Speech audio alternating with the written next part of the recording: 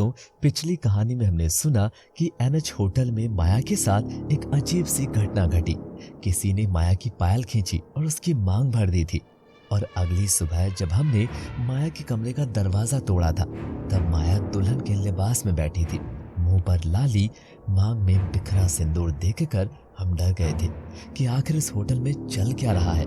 कि तभी विक्की ने गुस्से में होटल के मालिक से कहा, ये क्या बेहुदा मजाक है। मैं कहता हूँ कि सच सच बताओ, तुम लोगों ने क्या किया है माया के साथ, नहीं तो अभी पुलिस को बुलाऊंगा। साहब, हमने कुछ नहीं किया, हम रात में यहाँ रुकते भी नहीं हैं। उसकी ये बात सुनकर मुझे थोड़ा अजीब लगा। मैंने कहा, नहीं रुकते से क्या मतलब है? गेस्ट होटल में ठहरा कर कहाँ चले जाते हो? और ये रामू काका को मैंने खुद देखा था रात में बाहर टहलते हुए। क्या कह रहे हो मालिक? मेरी तो कल से तबीयत खराब थी, मैं तो कल आया भी नहीं था। रामू काका की बात सुनकर हमारा माथा घूम गया था। आखिर इसी ने तो रात में दरवाजा खोला था। अब हम सब समझ गए थे कि एक शापित होटल है।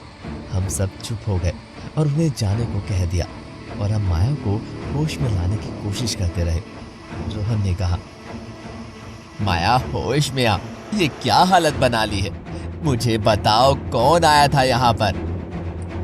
माया ने अपनी आंखें बड़ी कर ली थी, मानो कोई शैतानी आत्मा उस पर आ गई हो, और उसने डरावनी आवाज में कहा, कितनी बार कहूं, कितनी बार कहूं, दिखाई नहीं देता, मेरे पीछे खड़ा है मेरा मर्द।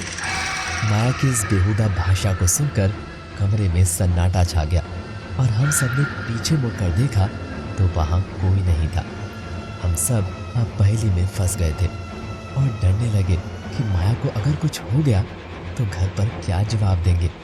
मैंने जल्दी से माया के चेहरे पर पानी डाला और कहा, माया होश में आओ और अपने आप को पहचानो, हमें जल्द से जल्द यहाँ से निकलना है। मेरी माया के चेहरे पर पानी डालते ही माया को एकदम से होश आ गया, मानो जैसे किसी गहरी नींद से जाग गई हो।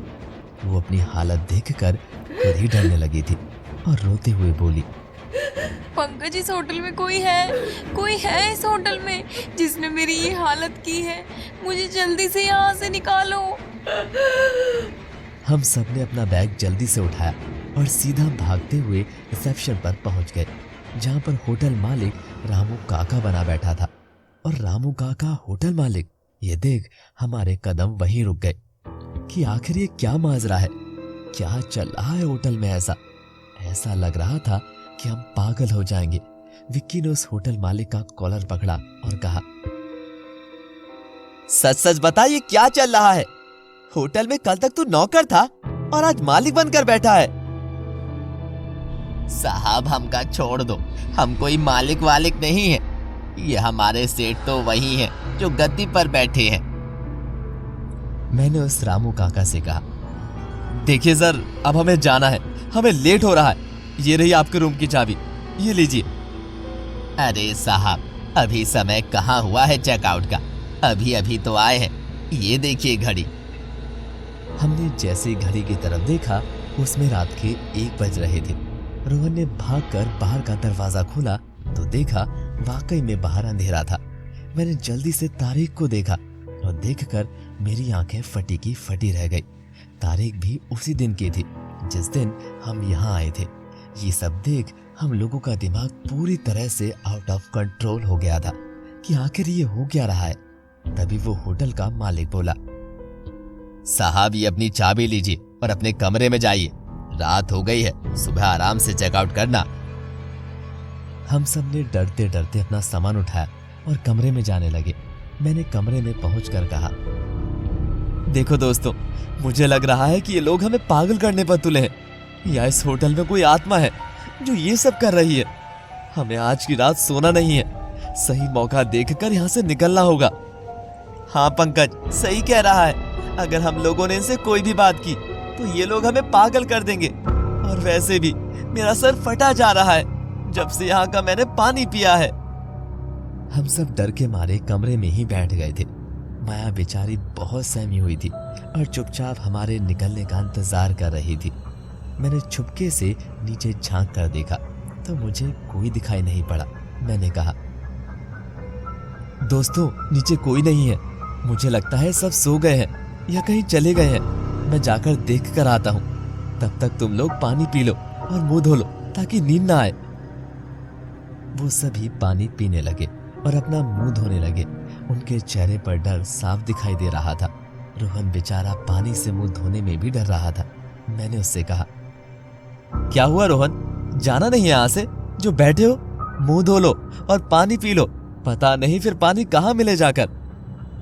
रोहन ने कहा, नहीं नहीं पंकज, मुझे वैसे भी नींद नहीं आ रही और ना ही प्यास लग रही है। तुम जल्दी जाओ और देख कर आओ कि रास्ता साफ है या नहीं।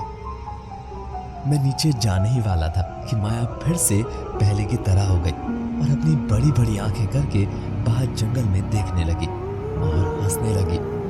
विक्की ने पूछा, माया क्या हुआ तुम्हें? अभी तक तो तुम ठीक थी और ये बाहर आंखें फाड़ फाड़ कर क्या देख रही हो? माया डरावनी आवाज में बोली, तुझे दिखाई नहीं देता मेरा मर्द उस पेड़ पर लटका है बिना गर्दन के? जा उसकी गर्दन ढूंढ कर ला, जा यहाँ से। हमने उसकी बात सुनी तो हमारी मानो घिरकी ही बन गई और पेड़ की तरफ डरते हुए देखा तो वाकई में उस रामू काका की लाश बिना गर्दन के लटक रही थी। ये मंजर देखकर हमारी रूह कांप गई। विक्की ने जैसे ही खिड़की बंद करने की कोशिश की तो देखा वहां कोई नहीं था। मैंने जल्दी से माया के ऊपर पानी डाला और उसे ठीक किया। तब मैंने कहा, देखो दोस्तों, मेरी बात ध्यान से सुनो। यहाँ किसी भी चीज को हाथ नहीं लगाना और ना ही इधर उधर देखना। ये सब हमें यहाँ रोकने की साजिश है। मैं नीचे जाकर देख कर आता हूँ। मैं ये कहकर नीचे चला गया। वहां पर कोई नहीं था। रास्ता बिल्कुल साफ था। मैंने थोड़ा और देखा तो मुझे एक कमरे में किसी की आवाज सुनाई दी। वो आपस में बातें कर रहे थे। मैंने कान लगाकर सुना। देखा साहब मेरा नाटक, मैंने कैसे उन लोगों को डराया पेड़ पर। सालों की पैंट में ही निकल गई होगी। बस कैसे भी ये लोग सो जाएं और साहब हमें बता दें तो आज इनका काम उठा दूं और अपने पैसे लेकर चलता बनूं। ठीक कह रहा है रामू, वैसे भी नाटक करते करते मेरा भी दिमाग घूम रहा है। साहब जल्दी से इन लोगों को सुला दें और काम तमाम करें। हमें अपना हिस्सा मिले और चले यहाँ से। वैसे भी ये होटल भूत के नाम से बदनाम है, हम पर कोई शक नहीं करेगा। मैंने जैसे उनकी बातें सुनी मेरे पैरों तले जमीन खिसक गई। आखिर ये सब इनकी चाल थी। लेकिन एक बात तो तय थी कि इनके ऊपर भी कोई है जो ये सब करा रहा है। मैं चुपके से वहां से निकल लिया और मन में बातें करते हुए गया कि दोस्तों को बताऊं या पहले इनके राज से पर्दा उठाऊं। ये मैं सोच ही रहा था कि मेरी नजर एक कागज पर पड़ी। रिसेप्शन के पास रखा था। मैंने उस कागज को उठाया और देखा तो मैं चौंक गया कि आखिर ये अब कर क्या रहे हैं। मैंने उस कागज को जेब में रख लिया और अपने कमरे में चला गया। मैंने दोस्तों से कहा, दोस्तों अभी नीचे कोई नहीं है, हमें निकलना चाहिए। तब विक्की ने कहा, जल्दी करो, अब हमें बिल्कुल देर नहीं करनी है। तभी रोहन बीच में बोल पड़ा, ठीक है दोस्तों, चलो निकलते हैं। ये लोग पानी पी लो सब लोग, क्योंकि नीचे कुछ भी हो सकता है। सभी लोग पानी पीने के लिए उससे बोतल ले लेते हैं। तभी मैंने उन्हें रोक लिया और कहा, रोहन हम सब पानी पी चुके हैं, ये लो तुम पी लो और चलो अब देर मत करो। रोहन पानी पीने से मना कर देता है और हमारे साथ नीचे चलने लगता है। जैसे ही हम रिसेप्शन पर पहुंचे वहां पर इस बार रामू काका ही अकेले बैठे थे। उन्होंने कहा, साहब कहाँ जा रहे हो? अभी मालिक साहब है नहीं और अभी आपका एक दिन पूरा नहीं हुआ है। उसके इतना कहते ही मैंने रामू काका को एक जोर से झापड़ लगाया और कहा, बकवास बंद करो, तुम लोगों का खेल खत्म हो चुका है अब। मेरा इतना कहते ही रामू काका घबरा गए और इधर उधर देखने लगे। तभी मैंने उनके पीछे वाले कमरे को लात मारकर खोल दिया और जो नजारा देखा हम सबके होश उड़ गए। वहां पर होटल का मैनेजर मेकअप कर रहा था एक नए नाटक के लिए। उसने हमें देखा और घबरा कर भागने लगा। तभी वहां पर पुलिस आ गई। रोहन ने कहा, ये सब क्या हो रहा है? अभी तक हम भूत के चक्कर में पड़े थे, अब पुलिस भी आ गई। मैंने रोहन से कहा, ये पुलिस मैंने ही बुलाई है रोहन, तुम चिंता मत करो, मैं सब समझाता हूं। मैंने रोहन को एक कस का थप्पड़ जड़ दिया और उसे पुलिस के हवाले कर दिया और वो कागज निकालकर उसे दे दिया और कहा, ये ले, मैं जान गया था ये सब तेरा किया हुआ है और तू आज रात को माया को मारने वाला था, क्योंकि इस कागज की लिखाई तेरी है और तू एक लेफ्टी है, ये मैं जान गया था। अब सबको सच बता, तूने ऐसा क्यों किया? नहीं तो पुलिस अपने तरीके से उगलवा लेगी। रोहन रोते हुए माफी मांगने लगा और सब सच बताने लगा। उसने कहा, हाँ, इन सब के पीछे मैं ही हूं, मैंने ही ये खेल रचा था, सिर्फ माया की वजह से। माया का नाम लेते ही मेरा दिमाग घूम गया। आखिर माया की वजह से क्यों? तभी पुलिस ने उसे एक और झांपड़ रख दिया और कहा, बातों को घुमा मत, सीधा सीधा और जल्दी बोल। रोहन ने आगे बताया, मैं माया को बहुत चाहता था, लेकिन माया पंकज के प्यार में पागल थी। वो उससे इस टूर के बाद शादी करने वाली थी। मैंने मन में सोचा कि ये पंकज इतना दूर रहता है, फिर भी ये उसे इतना प्यार क्यों करती है, जबकि मैं इसका हर छोटी बड़ी चीजों का ख्याल रखता था। ये स्कूल टाइम से ही पंकज के लिए पागल थी। बस मैंने ठान लिया था, माया मेरी नहीं हुई तो तेरी भी नहीं होगी। हाँ, मैंने ही उस हाईवे पर चाय वाले को बोला था, जिसने तुम लोगों को यहाँ आने पर मजबूर किया, और मैंने इन लोगों को यहाँ लगाया। उस रात माया के कमरे में मैंने ही उसकी वो पायल खींची थी और उसकी मांग भरी थी। मैं चाहता था कि उसे मारने से पहले उसे दुल्हन बनाऊं। रोहन की बातें मेरे सिर से ऊपर जा रही थी, लेकिन वो पेड़ पर रामू काका की लाश और दिन में रात होना, ये एक सवाल मेरे मन में घूमने लगा था कि आखिर ये सब कैसे हुआ। उसने फिर इस राज से भी पर्दा उठाया और कहा, इस होटल में कोई भूत नहीं है, ये होटल असल में मेरे पिता का है। मैंने ही उनसे ये होटल कुछ दिन के लिए ले लिया था।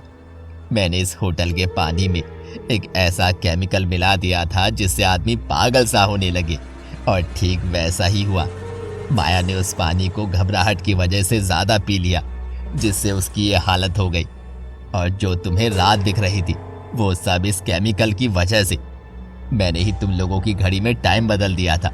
मेरा खेल बिल्कुल सही चल रहा था, लेकिन इस रामू के बच्चे ने ये कागज वहीं टेबल पर छोड़ दिया, जिसे तूने देख लिया और मेरा सारा खेल बिगाड़ दिया।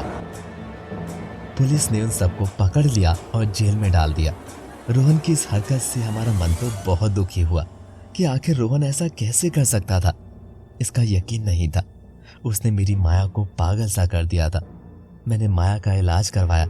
माया भी कुछ महीने बाद ठीक होने लगी थी। इस घटना ने हमारे दिल पर बहुत घाव पहुंचाए थे, जिसे हम कभी नहीं भूल सकते।